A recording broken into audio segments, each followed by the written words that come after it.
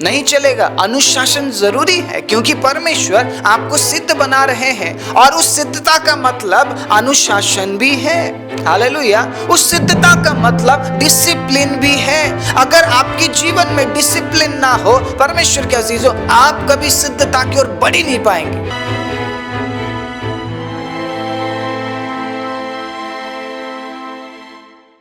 मेरे अंदर तेरी चाहतों को भर दे, मेरे अंदर तेरी आदतों को भर दे, मैं तुझको पसंद आऊं, मैं तेरे दिल को भाऊं, ऐसा मुझको बना, ऐसा मुझको बना यीशु। आप सभी को जय मसीह की। प्रभु यीशु मसीह के नाम से मैं आप सभी का स्वागत करता हूँ आज के वचन के लिए। परमेश्वर के प्रिय अजीजों, आज हम तीसरे भाग में आ पहुंचे हैं। क्यों आपको सिद्ध बनना है? क्यों आपको सिद्ध बनना है? कैसे आप सिद्धता की ओर आगे बढ़ सकते हैं? इन दोनों बातों को मैंने बीते दो प्रचारों में आपके साथ साझा किया था। आज तीसरे भाग में मैं आप सभी के साथ साझा करना चाहता हूं, कौन सिद्ध बनेगा। हालेलुया। कौन सिद्ध बनेगा? कौन सिद्धता की ओर है? मैंने बीते दो प्रचारों में अच्छे से समझाने की कोशिश की है। परमेश्वर जिस सिद्धता के बारे में बात करते हैं, उस सिद्धता के बारे में अगर हम समझ जाएं तो हम कभी भी अपने आप को प्रकट नहीं करेंगे, हम कभी भी घमंड और अहंकार में नहीं जिएंगे, क्योंकि परमेश्वर हमें सिद्ध बनाता है, घमंडी और अहंकारी नहीं। परमेश्वर हमें सिखाते हैं जिन कामों को हम करते हैं उन कामों को सही तरीके से हम करें, प्रॉपर तरीके से हम करें।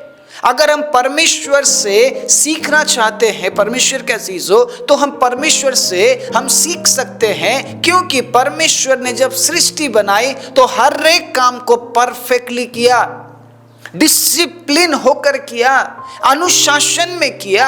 आज हम जिन कामों को करते हैं, क्या हम सही तरीके से उन कामों को कर रहे हैं? क्या अनुशासन में रहकर हम उन कामों को कर रहे हैं? क्या हम सेवा अनुशासन में रहकर कर रहे हैं? क्या हम प्रेम अनुशासन में रहकर कर रहे हैं? क्या हम दया अनुशासन में रहकर कर रहे हैं? क्या हम कृपा अनुशासन में रहकर कर रहे हैं? आप ये नहीं बोल सकते हैं प्रभु ने मुझे प्रेम करने के लिए बोला है तो मैं उस काम को सही तरीके से नहीं करूंगा, मुझे जैसा अच्छा लगे मैं उस तरीके से मैं परमेश्वर के प्रेम को प्रकट करूंगा। नहीं चलेगा, नहीं चलेगा। अनुशासन जरूरी है क्योंकि परमेश्वर आपको सिद्ध बना रहे हैं और उस सिद्धता का मतलब अनुशासन भी है। हालेलुया। उस सिद्धता का मतलब डिसिप्लिन भी है। अगर आपके जीवन में डिसिप्लिन ना हो, परमेश्वर के अजीजों, आप कभी सिद्धता की ओर बढ़ ही नहीं पाएंगे, आप कभी परफेक्शन की ओर बढ़ ही नहीं पाएंगे।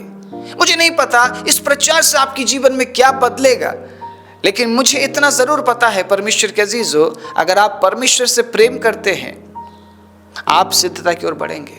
और जब आप सिद्धता की ओर बढ़ेंगे परमेश्वर के अजीजों, आप डिसिप्लिन बनेंगे, आप अनुशासन में आएंगे, आप हर एक काम को डिसिप्लिन तरीके से आप करेंगे। और जब आप डिसिप्लिन में आगे बढ़ते हैं, परमेश्वर आपको आशीष देता है, परमेश्वर आपको आशीष देता है। आज जिन बातों को मैं आपके बीच में बोलने वाला हूं, बड़े दिल थाम कर बैठिए, थोड़ा सा शांत हो जाइए, अपने मन को शांत कर लीजिए। परमेश्वर के वचन को सुनने से पहले हमें अपने आप को खाली करने की जरूरत है। किस सोच और किस विचार में परमेश्वर के अजीजों हम परमेश्वर के वचन को सुनते हैं, बहुत फर्क पड़ता है। अगर आप बैर भाव, निंदा और बहुत सारी ऐसी बातों को लेकर आप अपने आप को भरे हुए हैं और आप उसी हालत में परमेश्वर के वचन को सुनते हैं, तो कुछ भी आप समझ नहीं पाएंगे, कुछ भी आपके अंदर नहीं जा पाएगा। शैतान चुरा लेगा। शैतान इसी समय का इंतजार करता है कि जब आप परमेश्वर के वचन को सुने, वो उस वचन को चुरा सके। ऑलरेडी आप फुल है, आप किस तरीके से परमेश्वर के वचन को आप एक्सेप्ट करेंगे? नहीं कर पाएंगे।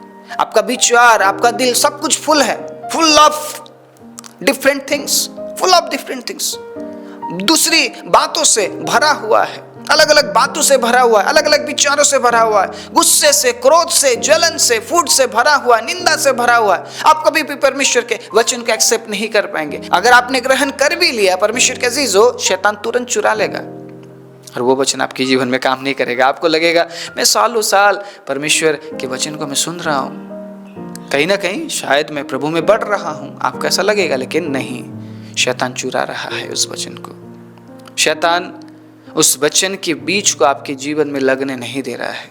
अगर वचन का बीज आपके जीवन में बोया ना जाए, परमेश्वर के अजीज, आप फलेंगे कैसे? कैसे फलेंगे आप? कैसे आप में से प्रेम दिखेगा? कैसे आप में से दया दिखेगी? कैसे आप में सहनशीलता दिखेगा? कुछ भी नहीं दिखेगा आप में। वचन रूपी बीज आपके जीवन में परमेश्वर बोना चाहता है, लेकिन क्या आप वचन को सुनते समय अपने आप को खाली कर रहे हैं? क्या अपने आप को बिल्कुल शून्य करते हुए प्रभु के उपस्थिति में परमेश्वर के वचन को सुनने के लिए आ रहे हैं? बहुत इंपॉर्टेंट है। अगर आप परमेश्वर के अजीज हो, अपने आप को खाली करते हुए परमेश्वर की उपस्थिति में आते हैं और ये कहते हुए मेरे अंदर तेरी चाहतों को भर दे, मेरे अंदर तेरी आदतों को भर दे, मैं कुछ ऐसा कर सकूं प्रभु कि मैं तुझे पसंद आ सकूं, मैं तेरे दिल को भा सकूं। ये सिर्फ गीत नहीं होना चाहिए परमेश्वर के अजीजों, ये सिर्फ हमारे शब्द नहीं होने चाहिए, हमें करके दिखाना पड़ेगा। हालेलुया। सिद्धता की ओर बढ़ने का मतलब क्या है? कि मैं परमेश्वर को पसंद आऊं। सिद्धता की ओर बढ़ने का मतलब क्या है? मैं जो भी काम करूं परमेश्वर मेरे काम को ग्रहण करे। मैं जो भी करूं मेरे जीवन से परमेश्वर क्या होना चाहिए? खुश होना चाहिए। मैं उसके दिल को भाने वाला जीवन में जी सकूं, क्योंकि परमेश्वर मुझसे ऐसा ही चाहते हैं। क्या हम कभी विचार करते हैं इन बातों का? या हम ऐसे ही इतने सालों से हम चलते हुए आ रहे हैं, बस ये सोचते हुए प्रभु मुझे क्या मिल रहा है, मुझे क्या मिल रहा है, मेरी प्रार्थना, मेरा काम, मेरा जॉब। बहुत से लोग इसी में पूरी जिंदगी बिता देते हैं। जॉब, पैसा, काम, धंधा, बच्चे, इसी में उनका पूरा जीवन बीत जाता है। परमेश्वर को क्या अच्छा लगता है, परमेश्वर को क्या पसंद है, उन बातों की ओर वो कभी ध्यान ही नहीं देते हैं और उन बातों की ओर बढ़ना ही नहीं चाहते। परमेश्वर के अजीजों, अगर उन बातों को आप छोड़ रहे हैं ना, आप सिद्धता की बातों को छोड़ रहे हैं। आप सिद्धता की बातों को छोड़ रहे हैं। मैं आपसे पूछना चाहता हूँ, जिन चीज़ों के लिए आप परमेश्वर के पीछे आ रहे हैं, क्या वो चीज़ें संसारिक लोगों के पास नहीं है? मुझे बताइए।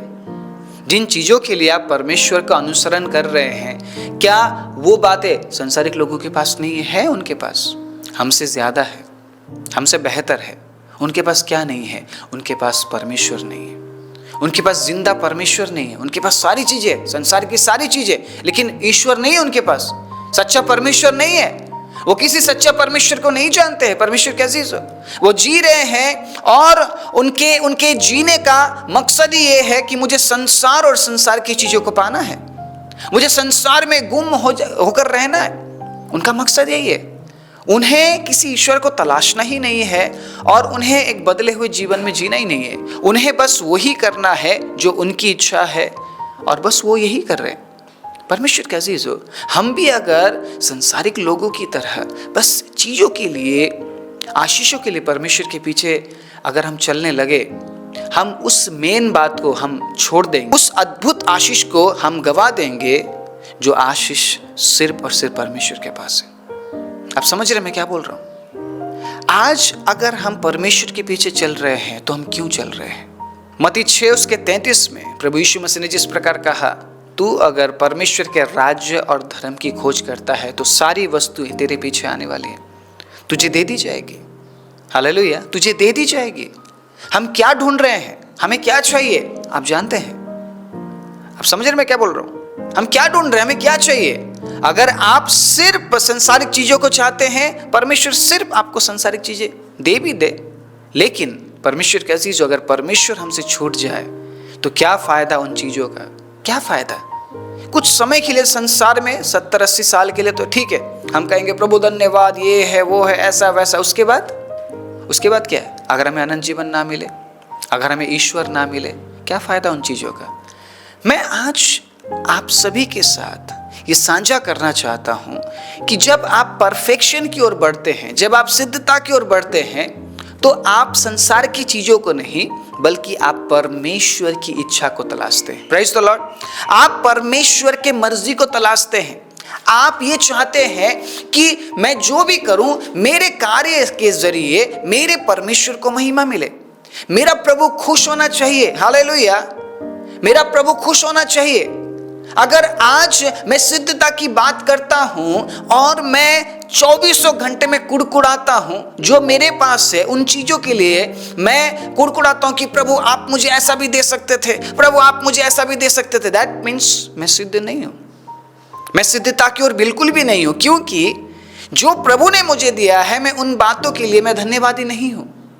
परमेश्वर अगर आपको सिद्ध बनाता है तो वो आपको सिखाता है हर परिस्थिति में धन्यवादी होना। हालेलुया। हर परिस्थिति में धन्यवादी होना सिखाता है वो आपको।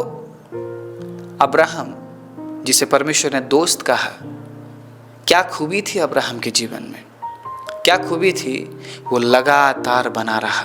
Praise the Lord. हालेलुया। लगातार विश्वास करता रहा। एक ऐसा समय भी रहा अब्राहम के जीवन में जब परमेश्वर ने अब्राहम से बात नहीं की, उस समय भी अब्राहम ने विश्वास किया। आमीन। उस समय भी परमेश्वर को उसने पुकारा है, उस समय भी वो परमेश्वर के वचनों के अनुसार चलता रहा। कंसिस्टेंट होना पड़ेगा। कंसिस्टेंसी बहुत जरूरी है, लगातारपन बहुत जरूरी है। अगर आप विश्वास कर रहे हैं, आपको लगातार विश्वास करते रहना है। खरगोश की तरह आप ये मत सोचिएगा मैं पहले हूं, मैं पीछे नहीं जाऊंगा। कछुआ आपके आगे जा सकता है। बहुत से लोग दिखने में बड़े बदसूरत होते हैं,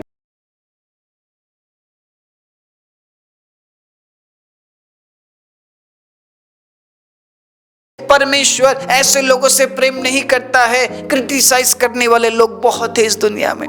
बोलते देखो इसके पास अच्छा कपड़ा भी नहीं है, ये तो अच्छा विश्वास भी नहीं करता है, ये तो प्रार्थना भी ढंग से नहीं करता है। मुझे देखो मैं तो अच्छा दिखता या दिखती हूँ, मैं तो अच्छा गाता या गाती हूँ, देखो मैं तो बहुत सुंदर हूँ, देखो मैं बहुत टैलेंटेड हूँ और मैं इससे ज्यादा विश्वास करता हूँ। देखो आज मेरे पास प्रभु ने सब कुछ दिया है, इससे तो कुछ भी नहीं दिया है। हम तुलना करते हैं ना, अपनी और दूसरों की तुलना करते हैं। लेकिन परमेश्वर के अजीजों, मैं ये कहना चाहता हूं, बदसूरत कछुआ सुंदर दिखने वाले खरगोश को हरा सकता है।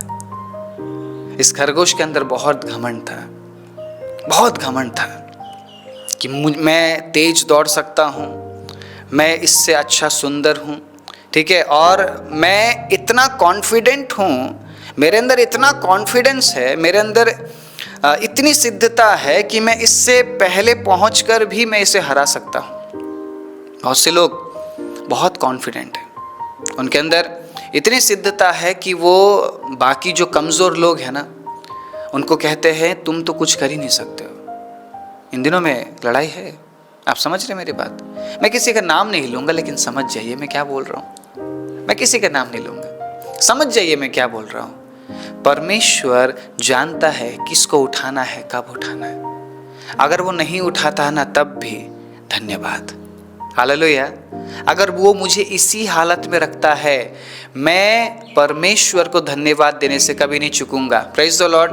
अगर वो मुझे इसी परिस्थिति में रखता है, मैं कभी भी